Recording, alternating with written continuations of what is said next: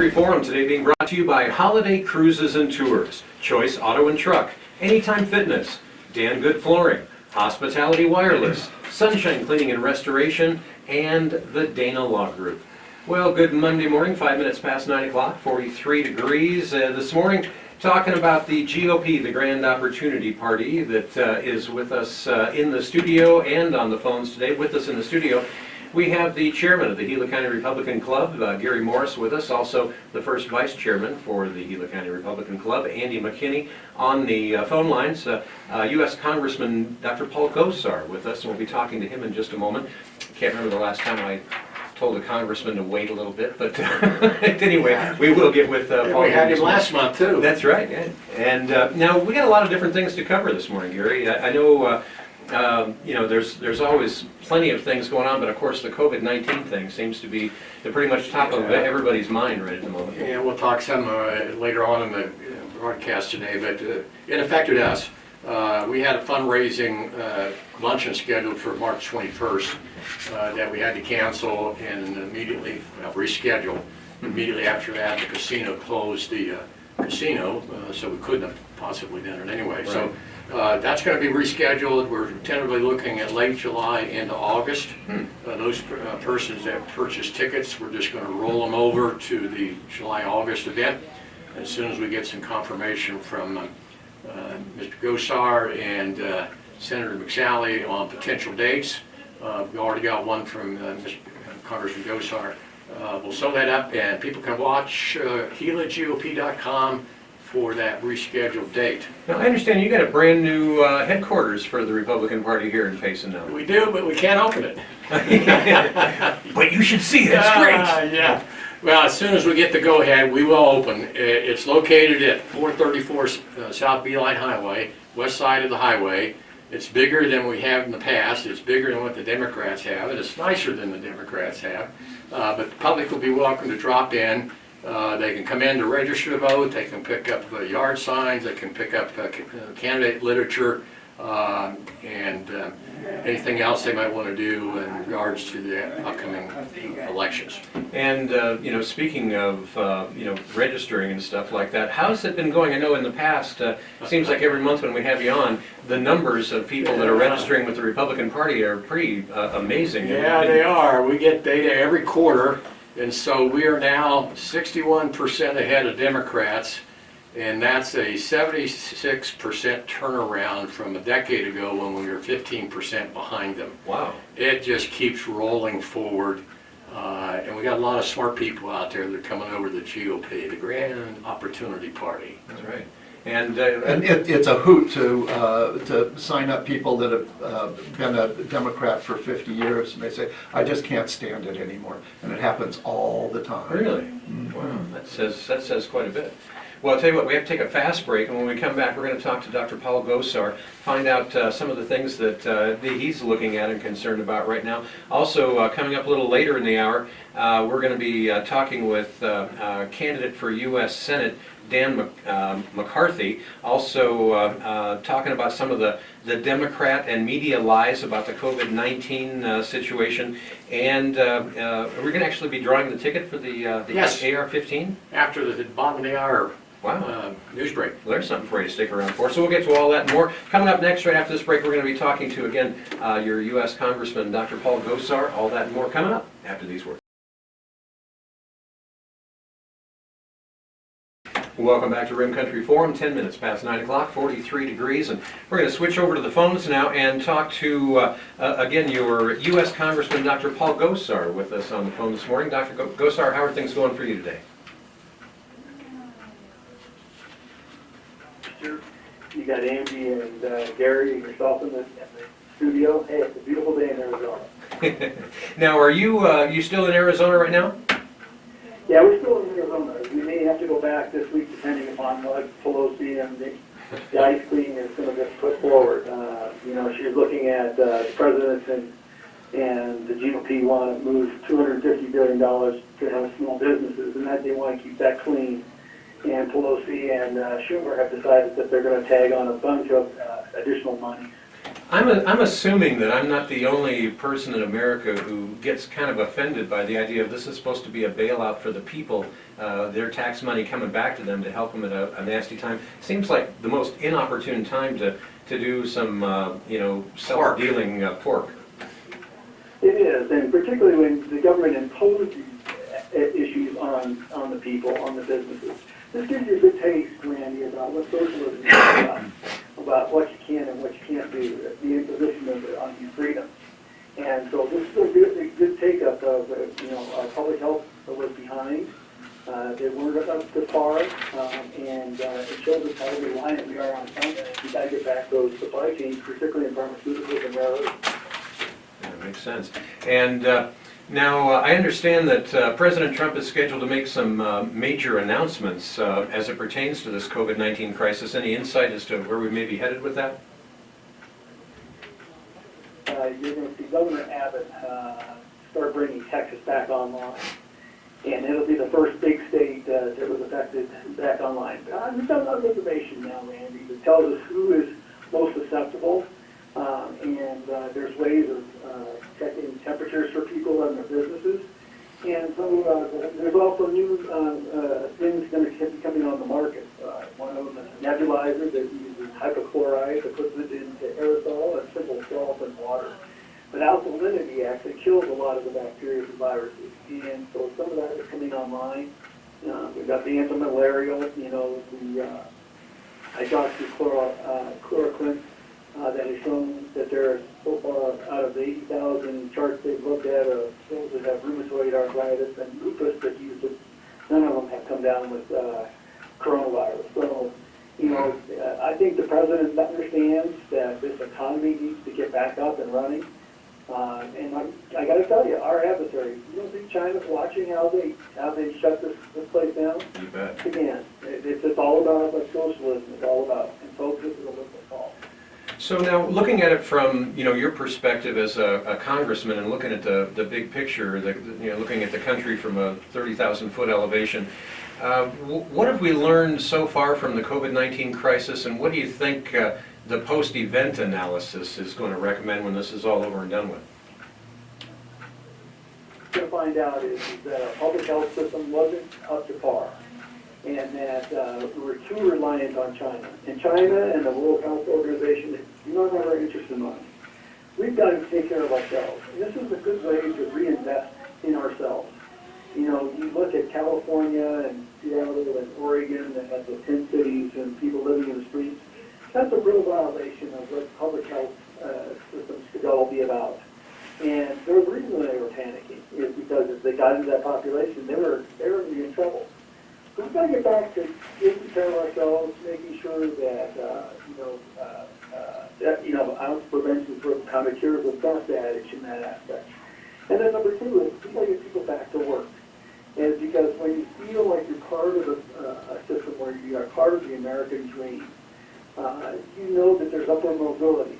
That's what America was built upon. And once again, when you're reliant on China, you're not going to have the innovative skill sets that America brings to the forefront. Think about all the different manufacturers that stopped making what they did, started making ventilators and masks, and look at the spirit that actually was engaged in it. That's America. One of the other things, of course, with all the COVID-19 stuff going on, doesn't mean that a lot of the other concerns that Americans have been talking about for some time now have stopped. And going along with that, a number of Arizona counties and cities have declared themselves Second Amendment sanctuary counties and cities. I'd like to find out if you think this is important, why, and how is it different from sanctuary cities that are protecting illegal immigrants? This is so vastly important, Randy, because, our framers put the Second Amendment as the right to bear arms, to keep a tyrannical government in check. They put the first one as the freedom to speech, the freedom of assembly, the freedom of religion. But they knew that couldn't stand unless you could keep a tyrannical government at bay.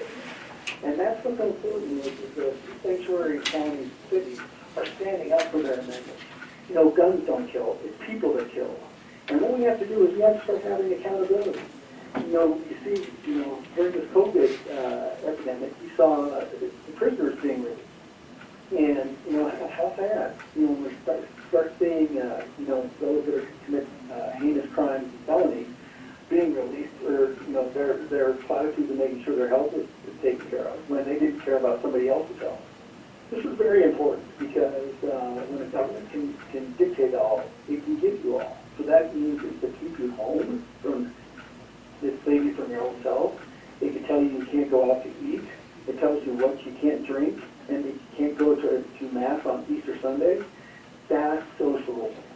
And the biggest stop to socialism is that Second Amendment, and making sure that people have the right to hold the government accountable. I think it's the greatest thing since hot apple pie, because it's more than standing up for their amendments, what their God-given rights are.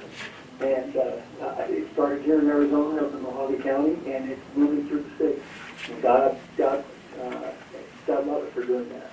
I want to circle back around to that socialism point in just a moment, but first, one of the things that President Trump has provided a progress report on the border wall and the associated drug enforcement last week.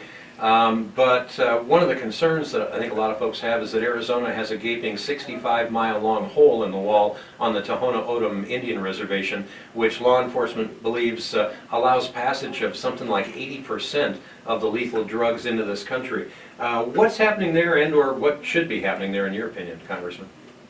So, once again, a border is a line of defense that demarcates what is the property of the United States and what is not. And, if you have somebody trespassing on your property, if they're a squatter, to get them out, you have to have it posted, you have to have it marked. So what's the difference? So we have seen now that over the years that the cartels have really utilized this part of the border, in which after the Gadsden Purchase, the Tohono O'odham gathered other tribes, there were south of them, saying that they were all part of the associated tribes, and that there's no place for a border wall there because they want the people to go free flow across there. Well, that's what gates are for. But I mean, before this, there was no border wall. There was just a social fence line, and good goods were pouring through there. Then they put some of these what they call Norway fences, which are crisscrosses so that vehicles can go across. That helped a lot. But right now, they believe almost 80% of those are coming through. Now, there's some things going up on the west side of that 65 miles. This is where you saw a lot of people starting to get angry because, so to speak, that they were sacred sites. Although they did extensive studies to look at the area that was blasted, and almost nothing was ever found. There are some surveillance plots that are being posted across there that will start connecting across the grid there so that we can see who's coming in and who's leaving. So that's a good start, but once again, a border fence will help a big time. And once again, the last time I looked, it's Native Americans are Americans first, Native Americans second. And you mentioned about socialism a little bit earlier, and I think one of the things that a lot of us have noticed is with Bernie Sanders, socialism was really getting pushed in some ways that I guess I was just surprised that it actually caught as much traction as it did. And a lot of people thinking that this is just if he was able to get elected, which it now doesn't look like he will, but if he was able to, this would be the first short step towards communism. And a lot of the reports saying that young people want free stuff, erasing student loan debt, and we're seeing a decline in higher education. What's the risk to America with that kind of movement, in your opinion, Congressman? Well, once again, America was built on a foundation that you had a chance. You could be somebody. You could increase your lot in life, the capitalistic application, and that it was the rights of the individual, not the rights of the state. And you saw a little bit of this in this COVID pandemic. You saw the government telling you what you can and can't do. Look at the backlash that's coming at the Michigan governor for saying, listen, you can't do this and that. Look what just transpired over down in Kentucky, where they threw nails on the roads so that it would pop your tires so you couldn't go to church. That's that's the onerous aspect of government that dictates everything. If you give everything, it can take everything. And that's true a lot in life. That's not what I was brought up with, and I don't think that's what you were brought up with. You know, I'm not the same as Garrett or Andy, and they're not the same as me. And we have different attributes, and we have different skill sets, and we can build upon them. We can make our lot in life, or we choose not to. So, we're not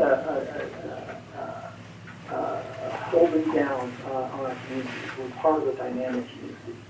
And what Bernie Sanders was preaching to the young people is that the government is the best one to know all. That shows you that we've lost control of our schools and the narrative. We've got to recapture that to teach people why it is so important. You look at every country that has entailed communism and socialism. They failed. Look at Maduro down in Venezuela. Look at Cuba. Look at Russia. Look at China, for God's sake. These are not for individuals. These are about the state. And we're going down a road that we need to really reclaim this by teaching our young people the aspects of this. But I will warn you, young people actually see the system where, particularly like Social Security and Medicare, they look at it if you spend any time like they're never going to get those because the system is broken. And so they're looking at it if somebody gets those types of programs, like when we have this now. So I think what we need to do is we need to fix systems, we need to address these problems, and we need to get back our education. Outstanding. You know, one of the other things, especially with people at home right now, many people, you know, it seems like a lot of folks, more and more, are turning to social media to get some of the news that they feel they need. And we know, we've been told that Facebook is now censoring Republican and conservative speech, while at the same time allowing the Chinese to buy millions of dollars worth of ads. In your opinion, what's the risk to Americans when big tech censors like this censor conservative voices? Well, part of what the media is there is to present both sides of an argument, making sure that the facts are out there and allowing the American public, the American citizens, to dictate and figure out what they would like to do. But that's not what's happening. You're only getting on one-sided bias. And the tech companies, when they first started this and used technology, the platforms, which they were called at the time, were given immunity for violations of speech or antitrust, which meant that you couldn't sue them. It was the Communications Decency Act. Now that might have been good for them to start, but they're no longer the harborers of what is good facts and media aspects. They run algorithms that actually cut off individuals from putting out their point of view. They also deter certain businesses, giving predilection over one versus another by where they're placed in their inventory. And it's time that they play under the same rules as the rest of us. That means that, like my bill, which would allow that they're not exempt from antitrust, allows somebody that if you're giving their services, if they violate that contract, you can sue them. You got to be able to use the justice system. And that doesn't violate our Constitution, but it just doesn't allow them to dictate the freedom of speech.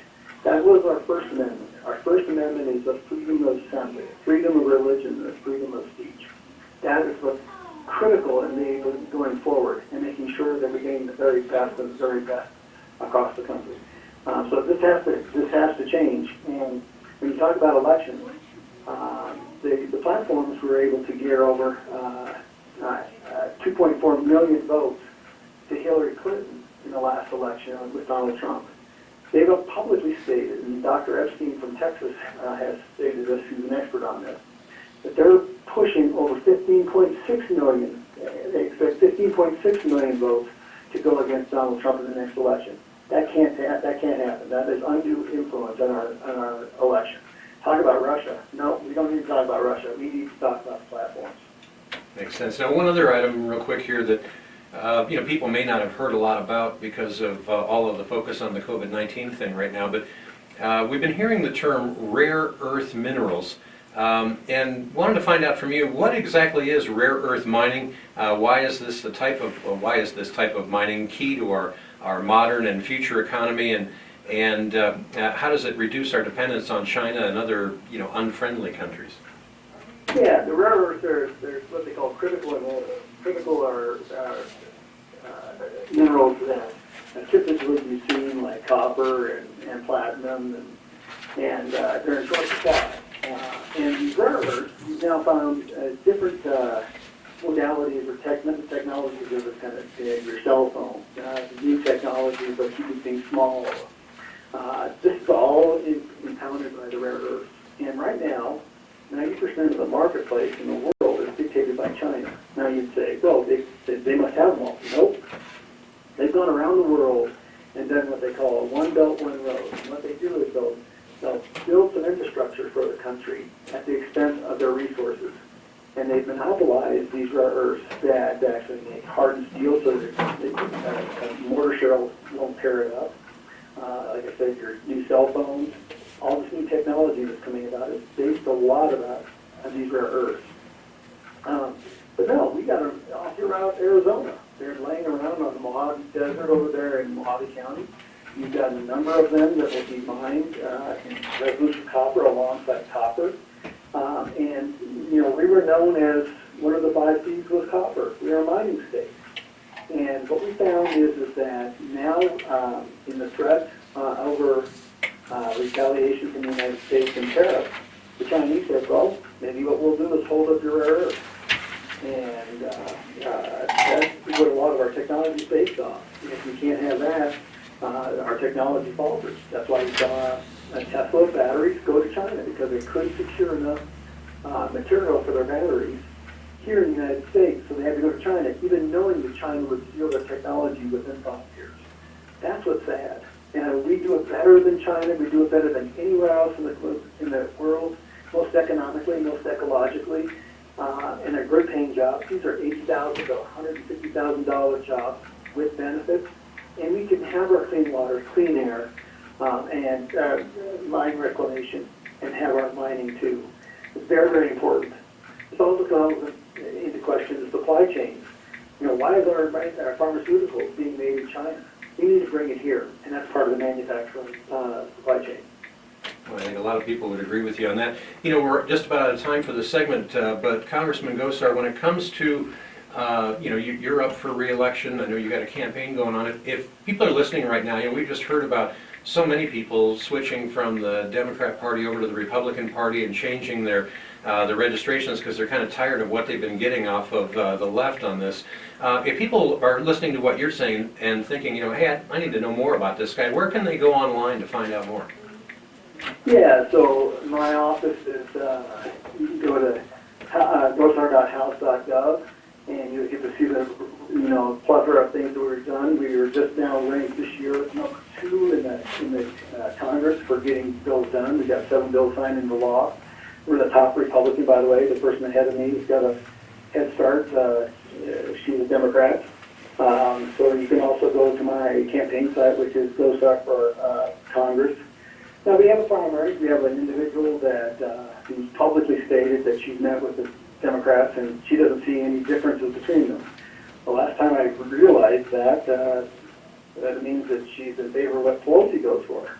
That's not what I look at. So from that standpoint, you know, tried and true, a guy that fights for your rights and make sure that people of Arizona in the 4th District are taken care of, and we've done a very good job with that. So those are good places. You can always see us, you know, check our website for where we're going to attend.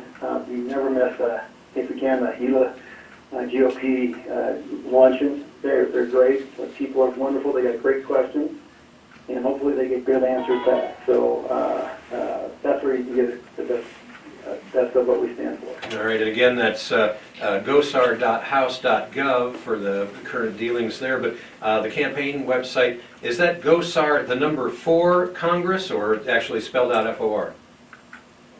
Oh, there you go, thinking ahead again. Good job. Hey, Congressman Paul Gosar, thank you very much for sharing with us this morning. We look forward to talking with you again very soon. You're welcome. Keep up the good work. God bless. We have to take a fast break. We're going to come back. And again, if you just tuned in, with us in the studio today, we also have from the Gila County Republican Party, their chairman, Gary Morris, and also their Vice Chairman Andy McKinney, and had a number of other topics to talk about, and another candidate that we're going to be talking to in just a few minutes. All that and more coming up after these words. Welcome back to Rim Country Forum. 26 and a half minutes in front of 10 o'clock, 43 degrees. And if you just tuned in this morning, talking with folks from the Gila County Republican Party, specifically Gary Morris and Andy McKinney. We've just spent the last 20 minutes or so talking to U.S. Congressman Paul Gosar. And just a little bit here, we're going to be also talking to a candidate for U.S. Senate, Dan McCarthy. But real quick, in the meantime, we need to get people up to date. You've been doing a big fundraiser. You've been raffling off an AR-15, right? Yeah, the Grand Old Opportunity Party is raffling off a Second Amendment AR-15 rifle. I've seen pictures of this. Looks like a pretty slick. Yeah, very patriotic. Yeah. So we had planned to pull the ticket at the Lincoln Day luncheon. That got rescheduled. So Andy is reaching, like that. Randy is reaching into a 5-gallon bucket. Somebody is. Is going to pull 3 tickets. So the first one qualifies for federal ownership of a firearm. We go to that. If not, we have a backup. So pass me over the first ticket and there's see what the the first name one. is. And can't make out the name. I was having a hard time reading that. Yeah, but it does have a valid phone number. First name of Les. That's about as much as we can. So Les will be contacting you after the show, and if you're eligible, you have the firearm. We're getting a second one here. Gwen Zorm is number 2 as a backup. Okay, so if the first one can't qualify, We then go to the next one. all right. So let's hope you're listening. And there's the third one for you. And the third one is Jerry, and I can't make out the last name. So again, the winner has to qualify, meet all the federal requirements to own a firearm. And if the number 1 does that, he's got the rifle. If not, we go to number 2 and then go on to number 3. How many of those tickets did you sell? It looked like there's a bunch of 200. I mean, that 5-gallon bucket's about full, so Yeah. that's good. Yeah. So, Well, gotta love it. And thank you for supporting the Gila County Republican Party. They need all the help they can get. thank you for helping, Andy. Now, the next thing we want to do is, do we want to just go right to Let's go to the Mr. McCarthy? candidate, yes. Okay, so again, as we mentioned, we have with us on the phone a candidate for U.S. Senate, Dan McCarthy. And first of all, Dan, how are you doing this morning? Oh, no problem. Good to have you here. Well, the media and Democrat panic over the COVID-19 crisis has pushed some pretty radical decisions, including the shutdown of America, that many believe would never have been implemented in calmer times. What's your view on this as far as what all's happened up to this point? What's your read? Out of the gate, I saw the writing on the wall that this was an attempt to disrupt the American agenda, the American First agenda. You can see it very clearly just by the way this whole thing came about. And my opinion on it has been the same since it started, which is it is a hysterical-driven media tactic to tear down the agenda that we've been so successful on for the last 3 years. And I believe that it's time now that we push back against these impulses and these actions from authoritarian and, frankly, communistic tactics that have been propelled upon us. Interesting. Now, I also have just recently heard about this website called reopenarizona.com, where their declaration is that we won't tolerate any shutdowns in Arizona beyond April 30th. What's your view on that? I was actually one of the writers of that document. We worked very hard on crafting something that was very loud. If you notice, it's actually a declaration. It's not a proposition or a resolution. It's a declaration stating that when we sign this, we're telling our governor and we're telling Arizona that after April 30th, we will no longer comply with any type of lockdown orders. The reason this is so important is because I'm not trying to downplay the virus itself, and God forbid anyone is affected by this, but yet it is a virus. there are unfortunate realities in the world that we live in, and those realities are that we're all going to experience sickness and we're all going to experience death at some point. And the fact is that where does this end? There's 200 pandemics potentially a year. We can't afford politicians just to go out there any longer and say, hey, go on the news and be a talking head. We need action. So when we drafted this declaration, we wanted to make sure that it was very loud and very clear to the governor saying, we're taking action, we're no longer compliant. By the way, we've had well over 1,000 signatures on that since we've launched it, and it's, I would encourage everyone to go on and sign this declaration. It automatically emails directly to the governor's office, so if you sign the online form, it'll automatically email the governor, so you just have to fill it out, and it's very simple. It's, again, reopenarizona.com. Interesting. Now, as it pertains to that, how do you view, or I mean, what kind of impacts do you think this is going to have on America, the Constitution, and the Bill of Rights after this is over and we're looking back? Is this going to have some deleterious effects on our country in general, or what's your view? Optimistic person by nature, so something in my gut tells me that what we're going to witness is a hardening of resolve and more or less a toughening of the constitutional conservatives, the grassroots of the party. I think we're going to see a lot more people gravitate towards this movement that frankly has been created since the Tea Party. So there's this large group of people out there now that are not tolerant anymore of our government continuing to overstep on our Constitution and just act like it doesn't. Oh, I think we got you cutting out there. Are you still with us? Oh, yeah, I can. You bet. Now, On it is we're going to see a hardening of resolve from the constitutionalists of the country. all right. And, when you look back, just, this has all just been happening within the past 2-3 weeks. When it comes to your particular campaign, what was campaigning like prior to the mid-March shutdown of America, and what has been different since then, in your opinion? Well, we were in the midst of hundreds of events. We literally had about 100 events canceled, probably more now. So we were gaining a tremendous amount of momentum because our message was resonating with people. So we were seeing growing audiences. We were seeing a huge amount of momentum on the ground. So we watched that kind of just slip away very quickly. But we also saw inside of our campaign a resolve like I've never seen before. We adapted and overcame. We developed a strategy almost instantaneously to just shift the campaign to other focuses. And for us, it was just a matter of adapting and overcoming.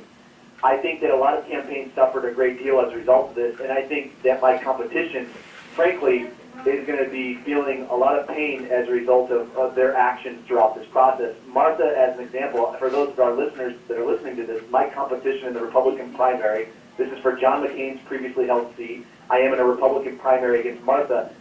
Martha literally came out and said, we're going to roll out a bill to stop senators' pay during this crisis. And then the next day or two, she voted for an increase in senators and congresspeople's pay.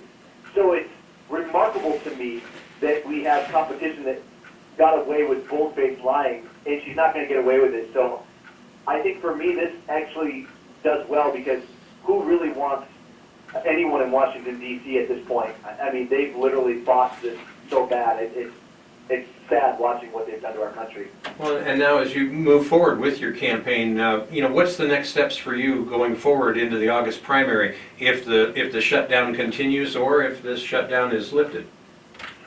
Well, the shutdown's not going to continue. At some point, we have to have level heads come, everyone has to start calming down a little bit. The hysteria has to relax because we're going to, there's only things start speaking down. So, estimation is that people this and April 3rd, it will be the last day of the shutdown. Now, from there moving forward, what I'm anticipating is we're going to hit the ground running very quickly. We are going to continue on having a work ethic that most people do not. So we're excited to obviously showcase our ability to continuously work through any scenario, through any conditions, and our message will be the same before and after. So we're I'm anticipating just a continuation of growing momentum of our campaign. You know, one of the things that I think just makes sense to ask too is, you know, we're really in the process right now of spending $2 trillion to spark an economic comeback. In your opinion, how would you solve the massive debt problem that we have on our hands at the federal level? The first thing you have to do is stop the bleeding. You have to stop the spending. So we are spending every single year. Our non-mandatory spending continues to increase at a level that's unsustainable. So we have to basically stop the bleeding immediately, stop the fiscal irresponsibility of spending, and then from there we have to dissect all of the programs that are in place and figure out better methods of getting them to pay for themselves. We have to start running our government a lot more like a business, and we have to start figuring ways to obviously correct the course of the fiscal irresponsibility. There's only so long you can go like this before our currency is worthless. There's only so far you can go before we can't sustain the debt interest that we have. So it's going to require that we have very smart people coming together and unwinding mess and doing it regardless of the political repercussions. All right, and one more question for you here real quick. You know, aside from your campaign, certainly another biggie that everybody's watching is the race between President Trump and Joe Biden. What do you see happening in that race yourself? I see Trump winning very, very easily. I think the only thing that we have to watch out for is what Joe Biden does to basically reward other Democrats for being a part of his campaign. So, for example, if he's able to sell the fact that he's building the bench, and that's something that he's indicated that he's willing to, he's doing, I think that's very concerning, and I think that's a very smart tactic for the Democrats to basically use Joe Biden as basically a bench creator.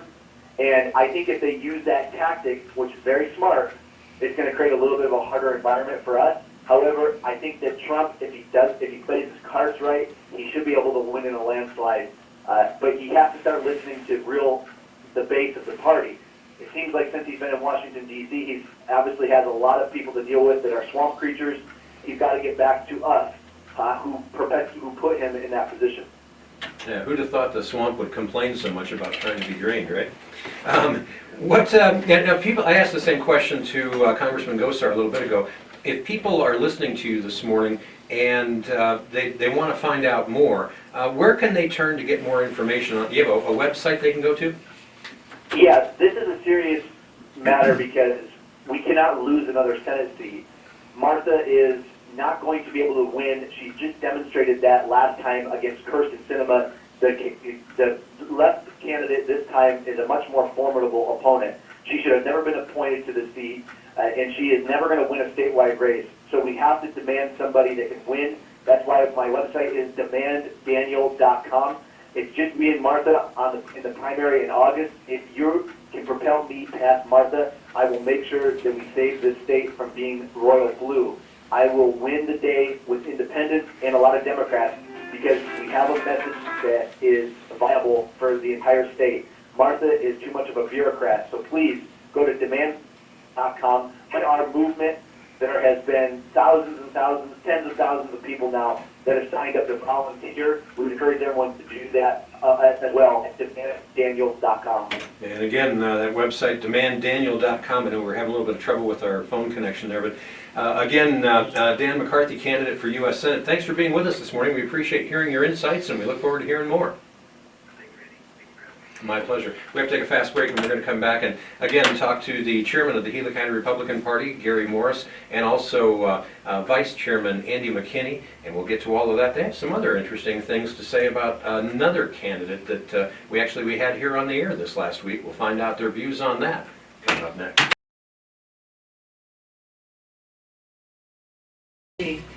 Welcome back to Rim Country Forum, 10 minutes in front of 10 o'clock, 43 degrees. And finishing up the hour talking with, again, the chairman of the Gila County Republican Party, Gary Morris, and also Vice Chairman Andy McKinney. And now one of the things I know we wanted to talk about a little bit here before we're out of time is another candidate that we had on the air last week who's running as an independent by the name of Art Babbitt, and you've got some significant concerns about this guy. Well, I've listened to it, and he's a motivational speaker, fast talker, but you gotta kind of look behind the curtains on this guy. He He's is had a lot of years in elected office up in the Flagstaff area. Yes. He's running a three-way race in the Republican side for District 6 House of Representative.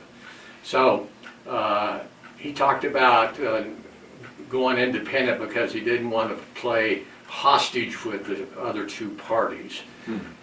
In front of you, Randy, is a flyer, large photograph, and you see his shirt, that red shirt he's wearing? Yeah. What's it say on it? I'm kind of surprised. It says Bernie Sanders for Congress. Yeah. And the podium in front of him says, "A future to believe in, BernieSanders.com." That's And what's his facial expression? kind of rabid. Kind of looks like he's been making an angry point. Right. That's if he's a Bernie supporter, he's really not much of an independent, and he certainly isn't a Republican. But he was a registered Democrat up until last year. He supports abortion and late-term abortions. He supports socialism, being a Bernie supporter, and opposes capitalism. He complained that the legislative leadership should call the legislature back into session. He doesn't know that only the governor can do that. So voters should kind of take a look at behind the tent, if you will, and check Babbitt's history of far left voting. Yeah, you know, Flagstaff, Andy, you know, certainly seems to have a lot of left-leaning focus overall up there. So I guess maybe this shouldn't come as a surprise, or I mean, that's where he spent all of his time as far as elected office. Yeah, this guy is a hard left committed radical, and he's trying to disguise himself, as they often do because they're stinking liars. He's trying to disguise himself as a moderate independent. He is not a moderate, nor is he an independent. He's a hardcore leftist activist. And picking up with candidate McCarthy's discussion about the influence of the media in the fear-mongering, which is intentional creation of fear, has driven a lot of decisions that probably wouldn't be made in calmer times. And the big one is Trump was asleep at the wheel. Well, the very first answer to that is to go back to the swine flu in 2009. Then President Obama waited 6 months to declare a national emergency. And thousands of people, hundreds of thousands of people caught the virus and thousands died. The first case was diagnosed in Washington State for the current flu, COVID-19, January 11th. How long did it take President Trump to declare a healthcare emergency, Mr. Chairman? Like 20 days.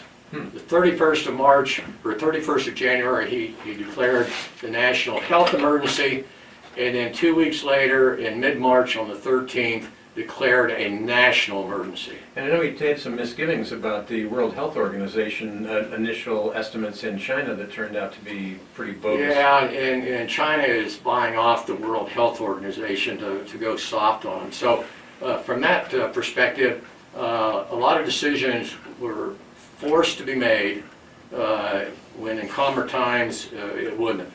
You know, since the flu season, the normal flu season starting October 1, to date, more than 55,000 people have died from just the regular flu. And another 39,000 have died in car crashes. And 70,000 people have died from drug overdoses in the country. So I think what Mr. McCarthy was trying to do is we got to put everything in perspective, and life creates some hazards. And there's probably better ways to deal with a pandemic than what we've... I saw something on social media over the weekend where they were in, I don't remember which state it was now, but they said they had higher number of people who committed suicide than have died from COVID-19. So that right there says a lot, I think. And in Gila County, only 3 cases diagnosed out of 55,000 people. And that 3 has been spread over many months. We're now 4.5 months into the pandemic. Well, one of the things too that came up is, initially, I heard President Trump taking a lot of heat from the left when he was, shutting down travel from Europe to the United States and some of these other international destinations. People were complaining about that, but I mean, he seemed to be responding pretty quickly then. And the point to be made is no other president in history has shut down or put down a travel ban on any other country except for Mr. Trump. Right. And he did it very quickly into this, called a racist when he did it, but we now know thousands of people are alive today because he did so. He put a tamper. The Democrats didn't want him to stop the travel from Wuhan, China, directly into the United States at all. They called him a racist and a xenophobe when he did that. And what do you think, Mr. Chairman, of the Democrats advocating for free travel between Wuhan and the United States after the president shut that Well, down? the question you need to ask is, are the Democrats willing to let you die in order for them to stay in power and do anything to undermine the president? So, and there's some examples of that. They've twice now frozen progress on financial relief to the public that is out of work. They're arguing in opposition to the hydroxychloroquine. And Randy, you and I have been to many other countries and disasters, et cetera, and we've both taken that same medication. It's been around for 70 years. There's extremely low side effects and minor in nature. Right. And more, Typical use for malaria, to prevent it contracting. and one of the most recent reports on testing, 1,200 ICU patients were given the medication. 96% survival rate. Those in ICU typically have more than a 30% fatality rate without the drug. So if you're dying, what would you want to take? I'd want to take the malaria drug. That's what I'd want to do. Well, one of the, in somewhat the same sense, and I know we're almost out of time here, but when President Trump was promoting the idea of building more fence across the border with Mexico to try and again curb the influx of illegal immigration as well as illegal drugs coming across the border, the left was calling him a racist and everything. But now that I found it curious, now that Mexico and Canada are barring any travel across their borders, I don't hear anybody calling them racist. I'm kind of wondering why what's good for the goose isn't good for the gander. Trump is good for the average American. Let me close out with a comment related to both candidates we had here on our constitutional rights. We're seeing constitutional tyrants. Louisville had the Democratic mayor refused to allow them to have a parking lot church service on Easter morning. We've had surfboarders arrested out in the middle of nowhere. We've had people driving on a Sunday drive in their car around the neighborhood because they've got cabin fever, arrested and fined $500. This is what happens when elected officials take advantage of a crisis and move into some unconstitutional affairs. We've even seen some talk about maybe there needs to be a "I've been vaccinated" card that everyone needs to carry. That's kind of scary. Very scary. Yeah, Mark of the Beast type scary. Kind of like Never let a papers in crisis hard go to drive. waste. Yeah, there you Okay. go. Now, and if people want to find out more about what you all are working on when it comes to getting more people registered for the upcoming election, things like that, where online can they turn to get more answers? Go to Gila GOP to get all the latest details on what's happening at the new headquarters, upcoming dinner event, and anything else related to the Republican Party. We have lots to do, and it's a lot of fun to be working hard with other people that are working hard in the same direction that you are. For the greater good. Gotta love it.